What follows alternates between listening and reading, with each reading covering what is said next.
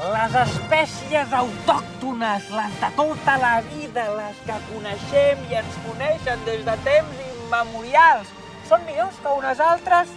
No té per què, però són les nostres. Catalunya és rica en flora i fauna autòctones, espècies que s'han desenvolupat al llarg de milers d'anys en uns ecosistemes concrets. Aquestes espècies són robustes i resistents, que si fa o no fa vol dir el mateix, el que ara diem resilients. I com a espècies resilients que són, després de tants milers d'anys habitant el mateix territori que nosaltres, s'han convertit en una peça clau, essencial per als nostres ecosistemes. I per què hem de trobar solucions al problema de l'extinció de les espècies autòctones? Doncs perquè elles fan molt per nosaltres, i d'això va el capítol.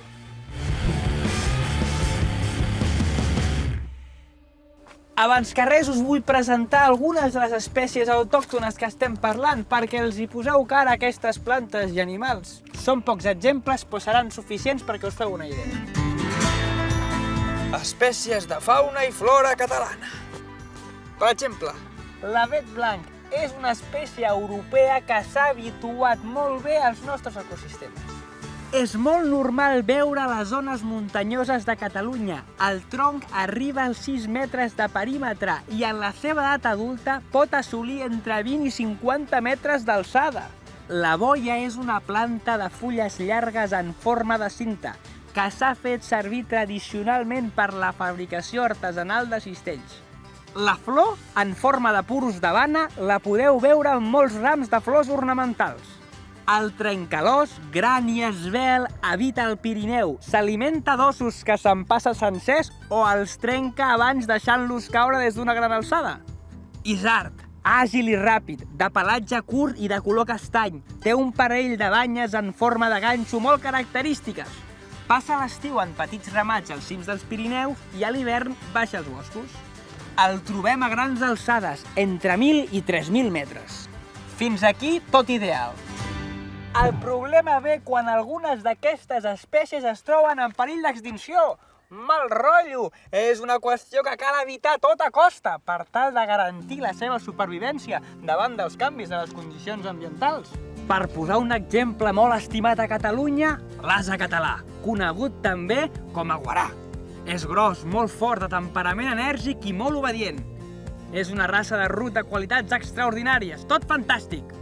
Però sabíeu que es troba en perill d'extinció? Molt posar adhesius del ruc català en els cotxes, en els cascos, a les motos, però poc lluitar per la supervivència de la seva espècie. El cranc de riu, el tritó del Montseny, la merla d'aigua, el rapicatalons, la sargantana pallaresa, el milà reial, el ratpenat de peus grans, la tortuga mediterrània, l'ós bru... Em podria passar una bona estona ensenyant-vos fotografies d'espècies autòctones catalanes en perill d'extinció. Les dades més recents diuen que hi ha més de 110 espècies en aquesta situació. Al principi us he plantejat una pregunta que encara no he respost. Per què cal trobar solucions al problema de les espècies autòctones? Ara us en dono unes raons. Les espècies autòctones s'han de protegir perquè són una part importantíssima de la diversitat biològica d'una zona. I com més ric és un ecosistema, més fàcil ho té per enfrontar-se a problemes gravíssims, com podrien ser el canvi climàtic o la pèrdua d'hàbitat.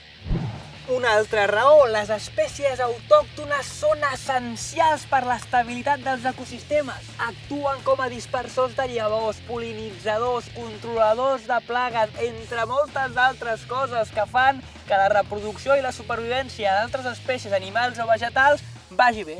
I no parlem de les propietats medicinals que tenen algunes plantes autòctones, les plantes remeieres que han curat generacions i generacions. Les coneixem perquè les utilitzem des de fa segles i sabem totes les propietats que tenen. Si les perdem, direm adeu a coneixement natural acumulat durant segles. Us sembla poc tot plegat? Què és la boga? Un animal autòcton de Catalunya? Una planta autòctona en perill d'extinció? Un mineral? Una planta autòctona de Catalunya. Quan he parlat de la boga, m'he quedat sobretot en la utilitat que en donem a les fulles a Catalunya. Les utilitzem per fer cistells artesans, visca l'artesania! Per tant, sabem que és una planta, això segur, i no he sentit enlloc que estigui en perill d'extinció. Per tant, la resposta correcta és la quarta.